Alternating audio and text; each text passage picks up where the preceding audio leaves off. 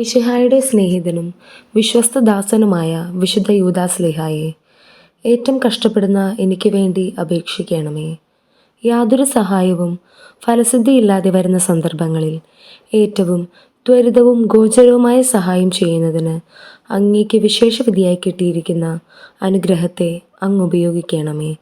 എൻ്റെ എല്ലാ ആവശ്യങ്ങളിലും വിശിഷ്യ അങ്ങേ സഹായം ഞാൻ അപേക്ഷിക്കുന്നു. ഭാഗ്യപ്പെട്ട യൂദാസ്ലീഹായെ, അങ്ങേ ഈ അനുഗ്രഹത്തെ ഞാൻ സദാ ഓർമ്മിക്കുമെന്നും അങ്ങേ സ്തുതികളെ ലോകമെങ്ങും അറിയിക്കുമെന്നും ഞാൻ വാഗ്ദാനം ചെയ്യുന്നു. ആമേൻ.